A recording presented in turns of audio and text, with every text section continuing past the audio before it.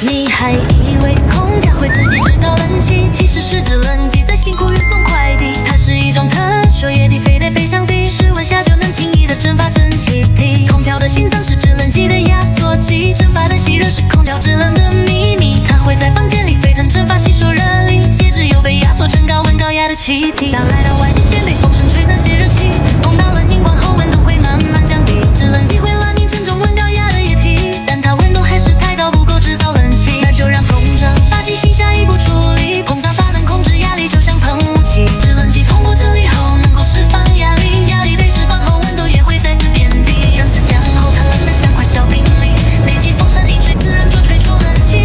原来空调和冰箱有着一样的原理，都是制冷机在不停循环保育。